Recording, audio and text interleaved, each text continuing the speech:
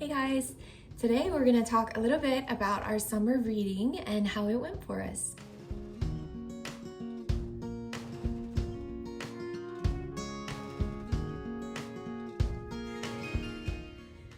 Before we jump into it, I did want to mention this video is in collaboration with Alicia from DAC Family. She is hosting a summer reading review collaboration. If you do not know Alicia, I'll link her channel down below. Hop over, say hello to her, and introduce yourself.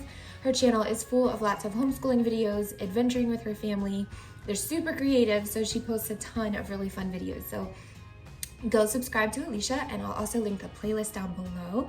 Lots of other mamas are going to be sharing their summer reading reviews and how things went for them as far as reading over the summer. So I'll link that playlist down below. I'm excited to go check out the playlist as well. So today I'm going to be talking about how reading went for us over the summer in our family and then individually. So about at the beginning of June? Yeah, about 2 months ago, at the very beginning of summer, I posted our reading plans, which was also part of a collaboration as well. That was a great playlist. It was awesome to watch all the reading plans for the summer. I posted an individual reading plan video for my upcoming 4th grader, and then I posted one for my upcoming 2nd grader, and then I had also posted family reading plans. So there were picture books included in the family plans and also chapter books. So today I'm not really going to touch on the picture books at all, just because I'm trying not to make this video too long. But I will link all of those videos down below if you want to go back and check out the initial videos that I posted with our plans and what I kind of hope to see happen over the summer. So in the very beginning, I'm going to go ahead and mention that if we were talking about a scale of how we did from poor to excellent, I would say as a family overall, we were okay to good. And a few different reasons I say that I will talk about. So we didn't get to a good many that I did have on our list. However, we did add in a couple along the way as well. So I'm going to briefly recap. I'm going to talk about a couple things for some of the books, and then hopefully not make this video too long. We also do have about 3 more weeks of summer vacation before we jump back into our school year. So I am hoping that some of these books that we did not get through, we will be able to fit in before we jump into our new school year. So I'm going to start off by talking about Zoe. Zoe is my upcoming 2nd grader.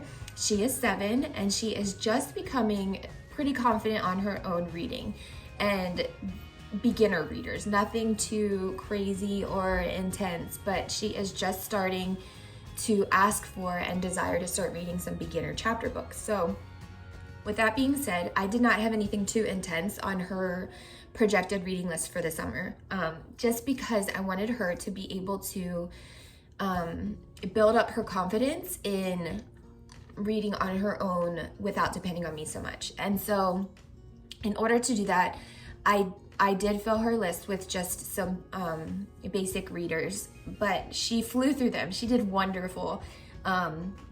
She did build some confidence. She's much more confident now than she was even at the beginning of summer. So I'm gonna show you very briefly what she had on her list and which one was her favorite. So she read Good Driving, Amelia Bedelia,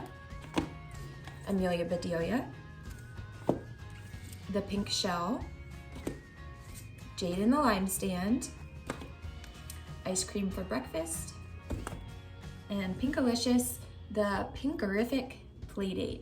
And she has also read a couple others along the way in the beginner box set. These are both from the Good and the Beautiful beginner book set, and these were from box D. So her favorite out of her pile was Jade and the Lime Stand. And Easton runs a lemonade stand over the summertime, so she picked this one because limes remind her of lemons and lemonade. Oops, sorry about that. So that was her favorite. All right, now let's jump on to Easton. Easton is my upcoming 4th grader.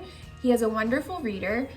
He does excellent with his reading. I do have to quite often encourage him to pick up his book instead of be on his electronic devices. So that was a little bit of struggle over the summer, but he does well when he does read, and he's an excellent reader.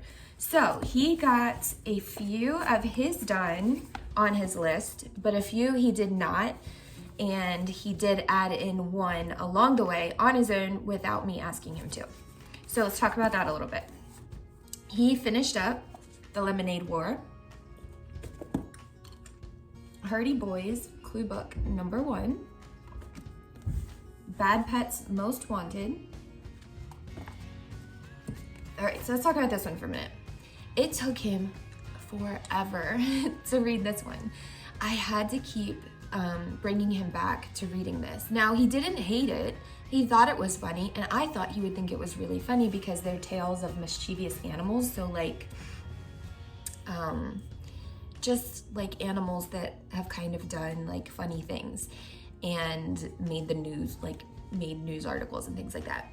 So he thought it was funny, but I thought it was going to keep his interest much more than it did, which is completely fine. But I think I'm finding out that he does not love animal books as much as I thought he would, which is completely fine. He did get through it, but it took him a really long time. He did great with this one, took him maybe 2 days, and then this one took a bit longer because it is a bigger book. I read this one with him as well, so we were able to discuss that one. And out of those three, The Lemonade War was his favorite. Now, he also picked up this one on his own, who was Leonardo da Vinci, and we went to Florida. That was our summer vacation, and he picked this up in a gift shop at the Ringling Brothers Museum and bought it with his own money, with his own spending money, and he read this all by himself, and he did enjoy this one. He has not gotten to this one, Elray Jakes Rocks the Holidays, and he has not read Attack at the Arena. He is currently reading Rocket Genius from the Good and the Beautiful library, and I actually read through that one this morning. It was good. It's about Dr. Robert Goddard. He invented the first liquid fuel rocket and was a pioneer for space exploration as far as rockets and things go. I'll link a picture of that because he actually has it with him right now. He's with my husband at work, and he should be reading actually right now. So hopefully that's what he's doing, but I'll put a picture up here of that one. All right, now let's talk a little bit about our family reading plans. So as far as reading as a family, a lot of times in the evening, we will all sit down together before bedtime when my husband's home from work, and we will all read together. As far as how we pick books,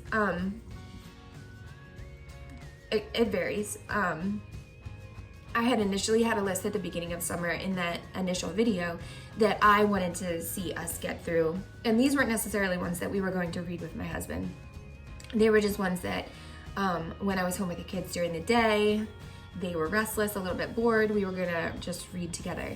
So we did okay. And we didn't get through some, but we did add in some others. So we'll talk about that as we go. So let's start with ones we got done. So we did finish Roll With It. This is one that was lingering from the end of our school year. So we did get this one finished up. This one was pretty good. We did do a lot of this. We listened to, there was a girl on YouTube who has videos posted of her reading the chapters. So we did listen to this a lot, but I also read out of it some too. And this one was pretty good. It's not a Christian-based or faith-based book. The family does go to church. There's some mention of God. It's just a very basic, but there was nothing alarmingly bad in this book. And then I had said in the video that I wanted to at least get the first one done in here, which is The Magician's Nephew. We were gonna start on this series. We had a friend that wanted to do kind of like a read aloud book plan with my son. I got The Magician's Nephew done. Easton is still reading through it with his friend. They are about halfway through. I hope that they're able to complete it before the end of summer, just so then we can kind of be on the same page moving forward. So we'll see how that goes. And that it was wonderful. I loved it. I did not read through this series when I was younger. So this has been wonderful. I'm hooked and I can't wait to read the rest. So this one I completed my portion of it. Still waiting on Easton to get through the first one. And then I went to read it with Zoe to listen to it. Actually, we rented it from the library as the audio, and she really was not interested. So I think we'll wait a few years for her to read through these. So this one kind of worked out as a family, but kind of not. So that's how that one went.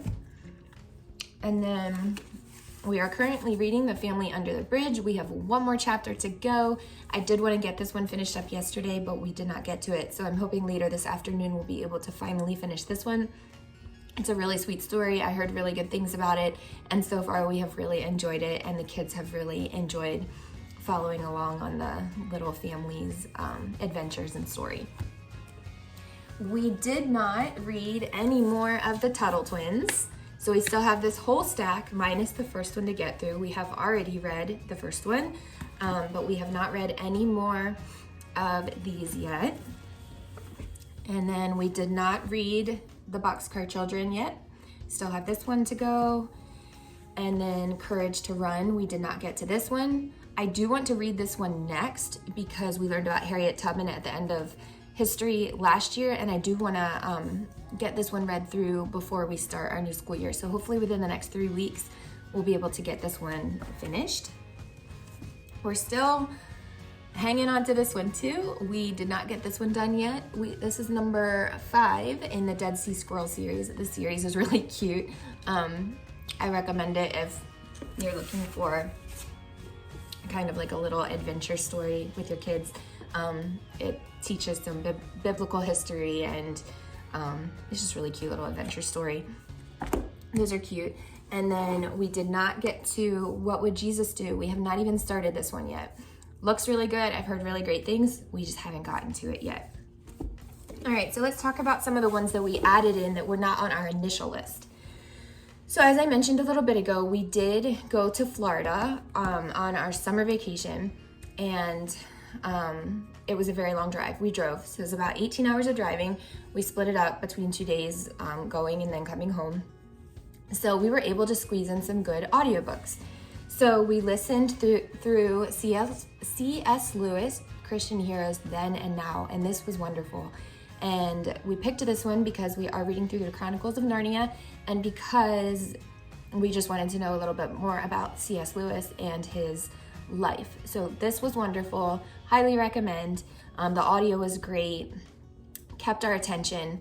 Wonderful, wonderful book. He was a really great person, and yeah, it was just really inspiring. So that one was good. We listened to 2 other audiobooks as well. We listened to Treasure Island Classic Starts, and I actually don't have it because I donated it. We did not enjoy it. I don't remember reading Treasure Island as a child, or anyway, it was the Classic Start, so it was a little bit more of a gentle version of it. But it was just none of us enjoyed it. We did listen to the whole entire thing. We were completely lost with keeping up with the pirates' names and who was killing who, and I felt like every page you turned, there was a pirate that was dying. It was just kind of morbid. I don't know if I'm alone in that. I'm sorry if I'm offending anyone. But if anyone else has had that same experience with that book, please let me know. I figured there would be some of that, but at one point my husband was like, well, this book is kind of violent. I was like, yeah, it is, and I'm lost on what is happening. So I think I ended up dozing off towards the end, but we did listen through that one. And then we also listened to another really, really good one. I believe it's called Accidental Inventions That Changed Our World. This was a wonderful book. For me and my husband enjoyed it. Our kids enjoyed it. Both of the kids, Easton especially, our oldest, enjoyed it. But my boys are really into like inventing and things like that. So they would enjoy anything like that. But this especially was really good. The narrator was great. Just a really good, interesting audiobook to listen to. So highly recommend that one as well. And then we started one other one that we only made it through a couple chapters and turned it off. It was not good. I'm not gonna mention it because it just wasn't worth mentioning. So that was that one. I had picked up the Ringling Brothers at the library, and this is just kind of a tiny picture chapter book. It's a discovery biography, and it's about the Ringling Brothers. we went to Florida, we went to the Ringling Brothers Museum, and we viewed the house, and it was really, really phenomenal. And so before we had left, we knew we were going to be doing that. I was in the library and happened to walk by this on the shelf, grabbed it, and I meant to take it with us on our trip to read as we were there, but I completely forgot it when we left. So we just finished this up, read it when we got home, and it was just a really neat overview of their family and how they made their success happen all together as a team. So this was a really good one. It kept the kids' attention as well. And then we also just got finished How Did You Do It? True It. This was a really, really great book as well. I highly recommend this book. If you don't know who S. Truett Cathy is, he is the inventor of the chicken sandwich and the starter of Chick-fil-A. So this was a really, really neat read. He actually wrote this, but there were also, there's a letter in here from Warren Buffett, and then there were a lot of inserts from employees and people that he worked with over the years. And he was a really neat man as well. His sons have continued the business, and they just seem like a really amazing family. And it's neat just to hear from someone that was this successful, but that kept God first and foremost in his family, in his home, and in the workplace. It's just very inspiring. I recommend this for families to read. My husband is an entrepreneur, so this is right up our alley. But if you have a child that's interested in owning their own business, starting their own business, or even any child should read this, because more than likely any child will at some point have a job, a first job of some sort, even if you end up staying home and homeschooling your kids.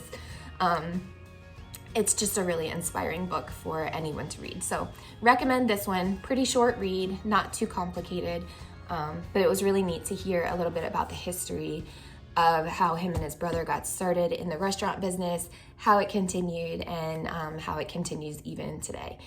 And so if you love Chick-fil-A as much as we do, it will inspire you to pick up that book. And he has actually written many books. We ordered a bunch more to add to our shelf, so we'll go through those over the next couple months as well. And then I think that was everything I wanted to touch on. So if anyone has any questions or anything to say about anything I've mentioned, please leave them down below. I will also link in the description box the playlist link, and I will post Alicia's channel from DAC Family down below. So go click on both of those. Thanks for watching if you've watched all the way to the end, and we will talk very, very soon.